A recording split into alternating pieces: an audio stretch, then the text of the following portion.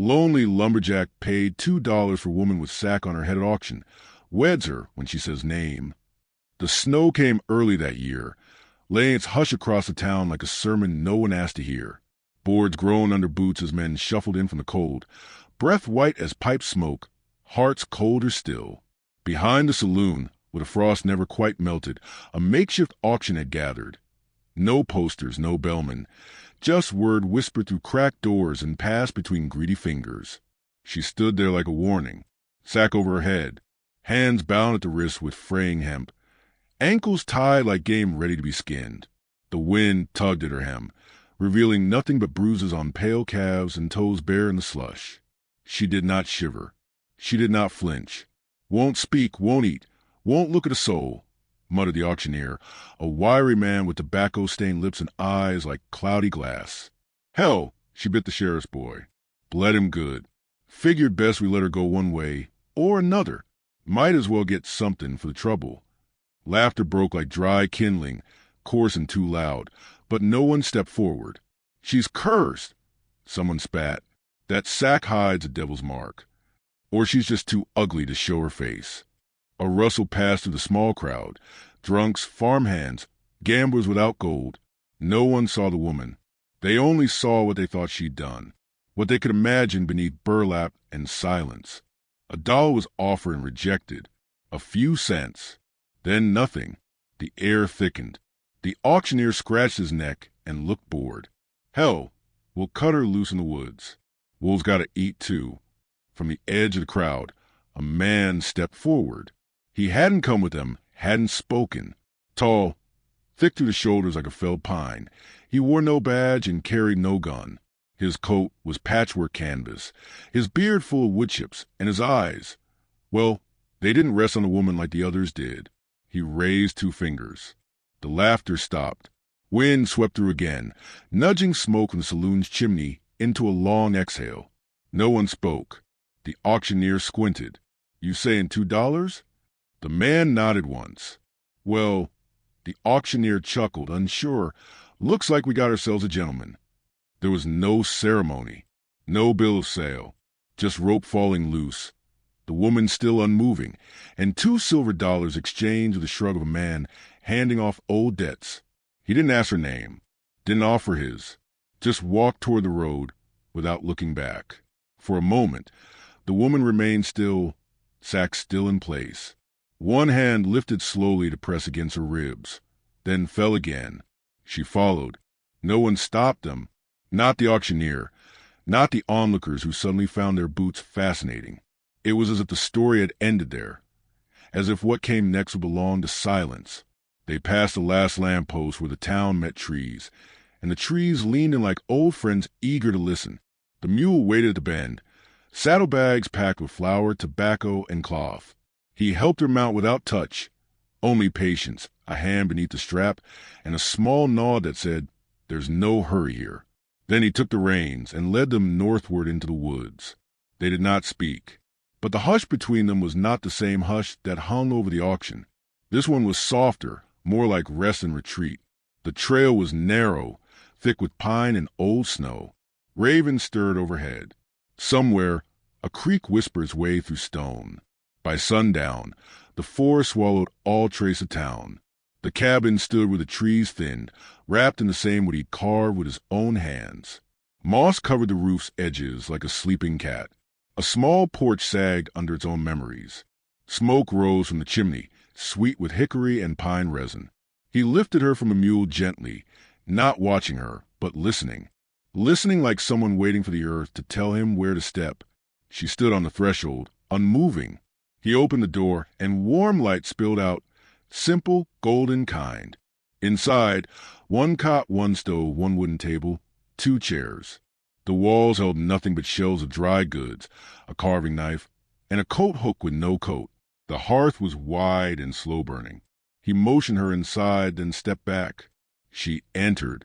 He placed a wool blanket on the cot, ladled soup from a kettle, pushed a tin cup of water toward her.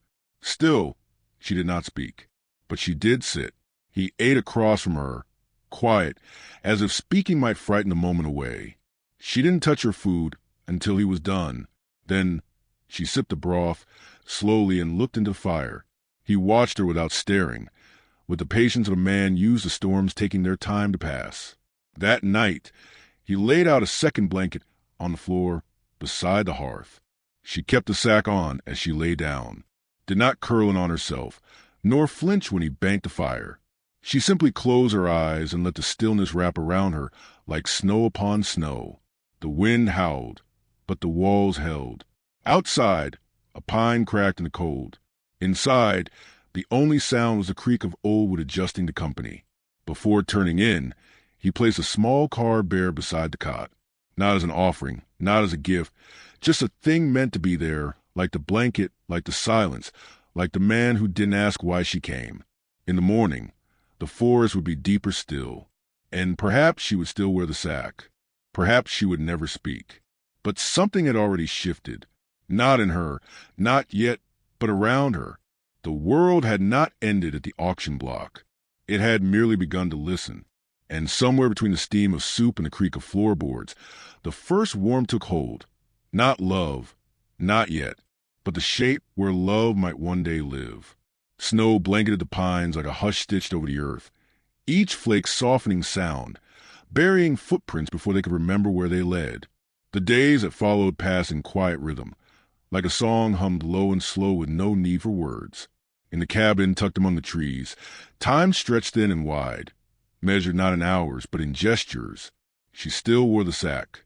Each morning she rose from the cot before he did, folding her blanket neatly at its foot. She stood near the hearth while he cooked, oats or boiled beans, sometimes a sliver of smoked meat if the traps had been kind. She never reached for food without a pause, as though waiting for some signal. Though he'd never given rules, he moved with care around her, never abrupt, never close. Not out of fear, but reverence, like a man trying not to scare off a hawk perched on his shoulder. He did not ask her to speak. He didn't ask her to stay, either. But he built the fire high each night, so the chill wouldn't find her bones. He learned her rhythms. She took her cup with both hands. She sat by the small window after supper, head slightly tilted, listening to the hush of trees. When he brought water from the creek, she gathered kindling. When he chopped wood, she swept the floor in slow, even lines. He caught her humming once, just a breath of tune, fleeting as mist off the kettle. She didn't know he heard. One day, he came back from the woods dragging a pine bough, its needles still fragrant with winter's hush. She was stacking dry bark near the stove. He paused in the doorway, snow melting from his coat, and saw her turn toward him. Not startled, not afraid, just aware, present. He nodded once. She stepped aside so he could pass. That evening, as wind snarled in the chimney, she pulled the pine bough apart needle by needle, laying them in a bowl beside her cot. The scent rose in the room, clean and sharp, and for the first time, the cabin felt like more than shelter. It felt tended to. Outside, the world was still unforgiving. A girl like her wouldn't be missed, not by the men who'd sold her, not by the law who looked away. But in the woods, no one asked questions. Pines held their secrets well. He carved in the evenings. Quiet, steady work, hands shaping the world into something smaller, something kinder. A bird, a spoon, a figure too abstract to name. She watched sometimes. Other times, she stared into the fire with her hands folded in her lap, as still as church silence. The sack became a part of her, not an object, but an armor. She never reached to remove it, and he never reached to help. Some things must be given, not taken, but he saw her hands. They were not the hands of a wild creature or thief. They were soft in some places, callous in others, work-worn, not war-born. She moved like someone who once walked quiet halls and now remembered them only in dreams.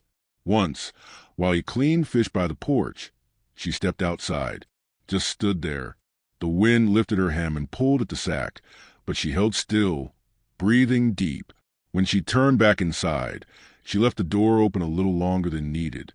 He began to speak, not stories, not questions, just observations. About the way the creek sang louder after snow. About the fox tracks behind the outhouse. About the owl that called twice before dusk. She never answered, but she stayed in the room when he spoke, her breath steady, her stillness changed. One afternoon, he found a cloth laid over the woodpile, stitched at the edge with thread from the mending basket. A simple thing, a sign of thanks, perhaps, or apology, or something in between. That night, he placed 2 bowls on the table instead of 1. She ate with him at the table for the first time. Still no words, but her fingers tapped lightly on the rim of the bowl when she finished, a rhythm soft as rain on a tin roof. It might have been a habit, or a memory, or her way of saying good night. He began to dream of her face, not out of desire, not out of curiosity, but out of wonder. What shape did her mouth take when she smiled? Was her nose narrow or wide? Did her eyes carry storm or sun? In the dreams, she never wore the sack, but she never spoke, either. She only sat across from him, whole and quiet and watching. One morning, a squirrel darted into the door he'd left ajar. It scattered flour, knocked a cup to the floor. She flinched hard, shoulders jerking as though struck. He froze. Let her breathe. The animal fled, leaving a mess and silence in its wake. He did not clean it right away. Instead, he knelt by the stove and began sorting kindling, slow and deliberate. When she finally moved, it was to gather the broken pieces of cup and drop them gently into the bin. Not a word passed between them, but something had been understood. That evening, he brought out a book, weather-worn pages, spine-torn, set it on the table, and opened it slowly. He didn't read aloud. He just traced the lines with his finger, page by page. She sat across from him and watched his hand move. Her breathing slowed, then matched his rhythm. Winter thickened. The roof groaned under snow's weight. Icicles grew long and mean. But inside the cabin there was a softness, a steady, cautious warmth that came not from fire, but from not being alone. And then came the salt. It was near dusk when she did it. He'd overcooked the beans. The smoke had burned them a little. He cursed under his breath, then set the pot aside. She reached for her bowl, paused, and raised one hand, just a small motion, and tapped 2 fingers against the salt tin. Then tapped her own bowl. No words, no nod, but a request, simple and human. He blinked, then passed her the salt. She added just a pinch, stirred, ate. He couldn't help the smile that came. It rose unbidden, like green from thawed soil.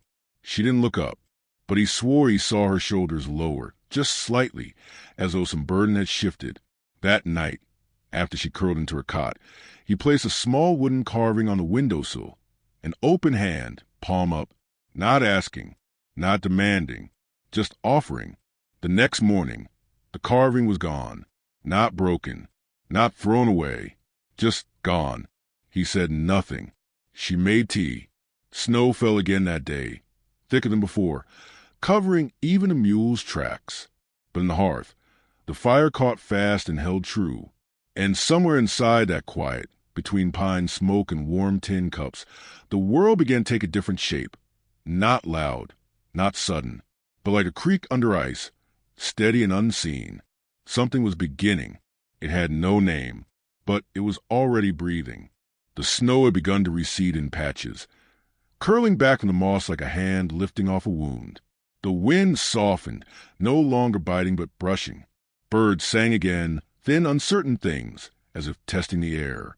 In the cabin, the same rhythm held, but something beneath it was shifting. She swept the floor now without being asked. She fed the chickens before the rooster called. She sat at the table across from him, and though the sack still covered her face, her body had found its ease. Her shoulders no longer hugged her ribs. Her hands no longer trembled when she reached for the kettle. He watched without watching. Let her be. Let her grow in the silence, the way seeds grow under snow. Slow, hidden, certain. He had begun carving her. Not her exactly, just the shape of her as he saw it. Head slightly bowed, sack in place, arms gently open. Not a woman to be pitied. A figure of stillness, of presence, as though the quiet self had found form in her. She noticed it one evening, set near the window where light pooled soft and golden. He hadn't meant for her to see, but she lifted it carefully in her palms, tracing the curve of wood with her thumbs. For a moment she stood, so still he thought she might set it back down and retreat. But she didn't. She placed it on the hearth, beside the bear in the hand. She left it there. The next day, she made stew. No instruction, no question. She simply pulled what she needed, dried beans, onion, a bone from the hanging meat, and began. He let her, sat by the door whittling, as the scent drifted to the cabin and out into the trees. They ate in peace that night. He murmured about weather, about the mule needing new shoes, about the creek running faster than before. She nodded once. When the bowls were clean and the fire had burned low, he reached for a book without thinking, set it on the table, opened to a middle page. She did not look away. He traced the words again with his finger, slower this time. She leaned forward, her sack tilting just slightly. When he reached the end of the page, she raised her hand. Not high, just enough. He stopped, waited. She reached across the table, fingertips hovering above the words. Then, in a voice that cracked like thawed ice, she whispered, "Clara," one word, a name. His hand stilled. The whole cabin seemed to pause with him. Even the fire, it seemed, leaned in. She didn't look up, didn't explain. She just said it once more, firmer now. "Clara." He breathed it in like the first warm wind of spring. He did not speak right away, didn't rush to fill the space that name had opened. When he did, it was soft, steady. "Thank you." She nodded once, then closed the book. The next morning, the sack was gone, folded, left neatly on the windowsill beside the hand carving. The sun found her hair dark, tangled, streaked with a single line of gray near the temple. Her face was thin, marked by healing bruises. A scar split her brow, almost elegant in its arch. But her eyes were whole. He saw her, and he did not flinch. She made coffee that morning, strong and dark. He drank it with both hands, wrapped around the cup. She watched him from across the table, something calm blooming behind her gaze. Not safety, not entirely, but something near to it. Later that day, he went to the shed and returned with a bundle wrapped in burlap, laid it gently on the table. Inside was a linen dress, cream-colored, stitched by hand, with a patch at the hem where time had worn through. She ran her fingers along the seams, said nothing, but she touched it like memory. He didn't ask her to wear it. He just left it there. That night, she sat close to the fire, not close enough to touch, but close enough for warmth to pass between them. She reached for a tin cup of tea and added sugar without asking. He smiled at the small rebellion. In the days that followed, she began humming again, full melodies now, old songs ghostly with age.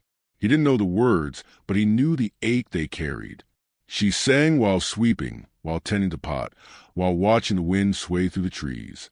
One evening, she stepped outside just as the sun was folding itself behind the pines. He followed a few minutes later, found her sitting on the porch, bare feet on the cool wood, eyes watching nothing. He sat beside her, careful, and let the silence grow around them like moss. After a while, she said, "He tried to drown me. It wasn't a question. It wasn't even a story. Just a piece of truth, dropped gently between them. He waited, said I belonged to him, that the law did, too. When I fought, he laughed. When I ran, he sold me. Told him I was wild, dangerous, damaged goods." She looked at him, full now. No sack, no mask, just Clara, scarred, steady, strong. "But I wasn't broken. I just hadn't been seen." He nodded. "You're seen now." A breath passed between them. Not wind, not word. Something older, something holy. The next morning, she wore the linen dress. Not to be pretty, not to be new, just to feel the way cloth felt against skin when it wasn't a sack. He looked at her and did not look away.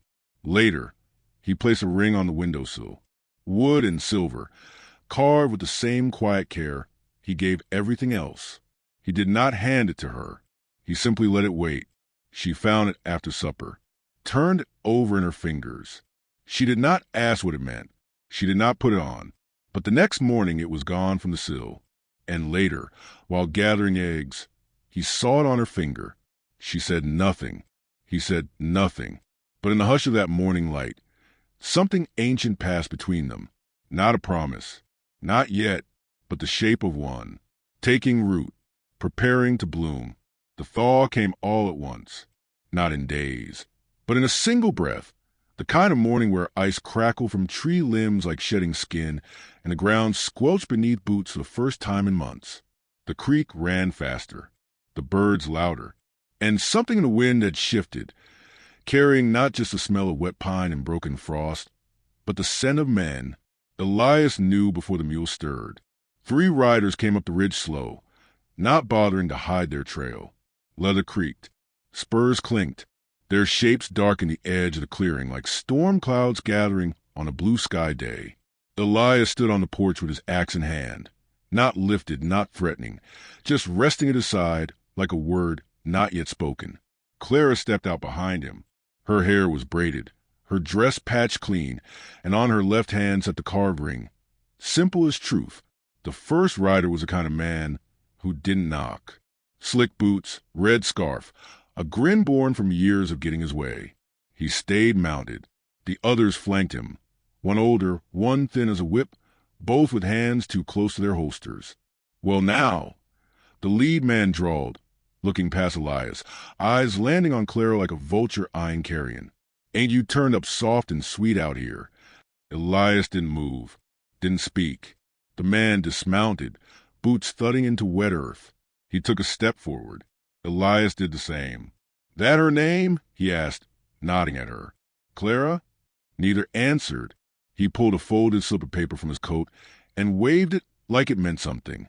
Got papers here say she's mine. Lawful property. Owed in exchange for a debt unpaid. Saw her sold myself. This here's just a retrieval, that's all.